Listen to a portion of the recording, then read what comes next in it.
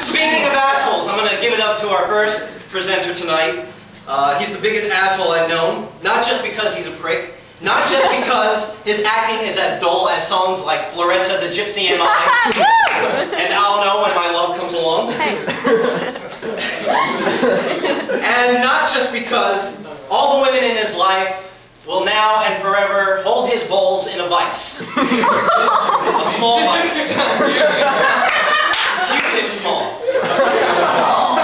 Ladies and gentlemen, the ugly, the dickless Adam Delmenico.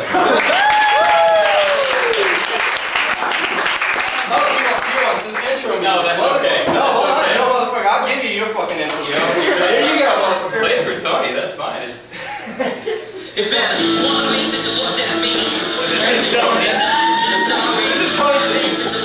Okay.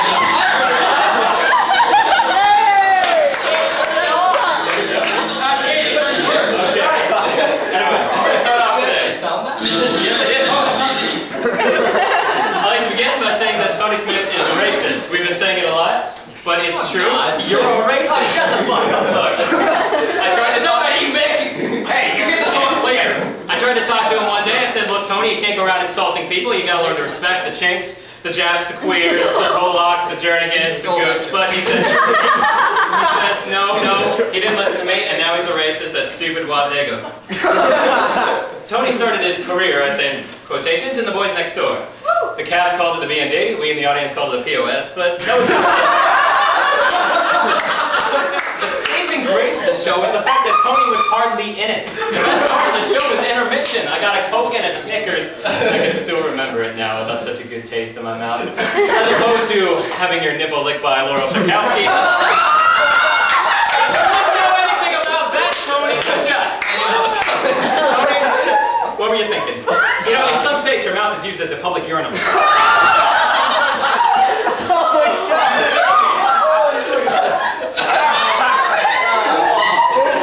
On to Wonderful Life. I can't say anything bad about this show because I directed it, so I'll just talk bad about the actors. When I was casting the male leads for Wonderful Life, I was looking for an actor. And that was the core of the problem. I couldn't find the actors, so I decided from Matt Babington, Stephen Pugh, and Tony Smith, otherwise known as a Mick, a Spick, and a Dick. Tony's a big scene in the play, the only time, mind you, we hear the words Tony and Big in the same sentence, was where he had to wildly smack around Andrew, and Andrew had to whine and do his best impression of Constance. Tony came up to me, and he said he couldn't find any motivation for the scene. I said, Tony, has there been anything you wanted so badly in your life, and you just couldn't have it? Yes, Tony, talent, that's true. Yes. A life, yes, friends. Unquestionable masculinity, no. That's too far-fetched. I said, Tony, what do you do when you want something so bad you can't have it? Tony, get off your knees, that's disgusting. After this awful performance, is worse than an NSYNC concert. Hey! All right. Hey, no booing! Hey, no booing! If there's any more booing, I'm gonna let Babington get up here and sing some songs. I take it back. It was worse than hearing Isley sing Beauty School Dropouts. But I'm rambling. This is about Tony, a man who's so out of sync with the beat, you think he was a South Pacific dancer. Or just Jewish. I'd like to apologize to Justin. I always call him a stupid Jew. You're not Jewish. Alright? Continue to judge. But Tony couldn't find the beat if it was tattooed on Todd Eskin's chest. On to Bye Birdie. What a scoop! He's an actor, folks. Give him a hand.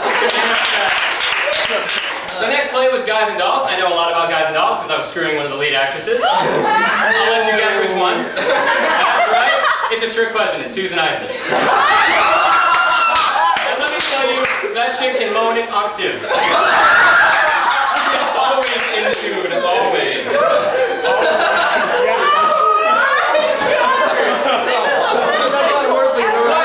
What was with the casting for Guys and Dolls? I mean, there was the smooth-talking lead in the Troy play by a guy that mumbles his lines, and the lady killer, Sky Masterson, which I'm not allowed to say the jokes, Ashley said she would kill me. So just use your imagination. Anyway, and what about Nicely Nicely Johnson? Stephen Pugh plays a chunky slob. Where's the acting, folks? But enough about this loser. Back to Tony. It was really interesting what Tony did with his parts. He did it his way, I would have done it the right way. I'm not judging it. He wanted the gay Nathan to try it, and my God, he was going to have it. But his singing, geez, folks, I haven't heard any more voice cracks since More I Cannot Wish You.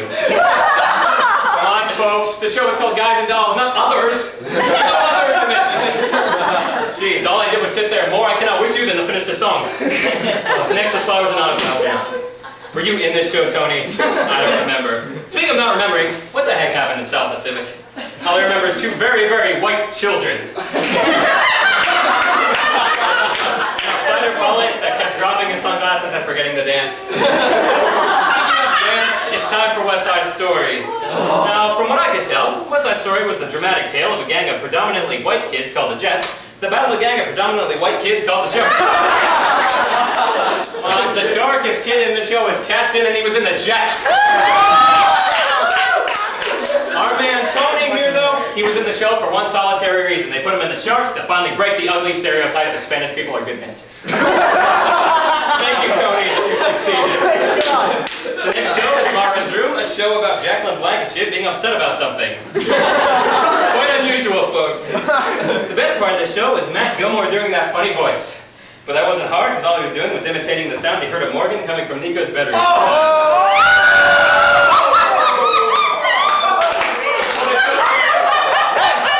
okay, because I promised her I'd never tell, and I didn't. I'm sorry, I kid because I love. I kid. Tony really came through for me, though, in How to Succeed Business, because the paper's blank, I'm sorry. I'm sure one day he will come through for me. Tony, I thank you. I love you like the aborted brother I never wanted. Tony, persistence, dedication, and a really flexible jaw can get you far in life.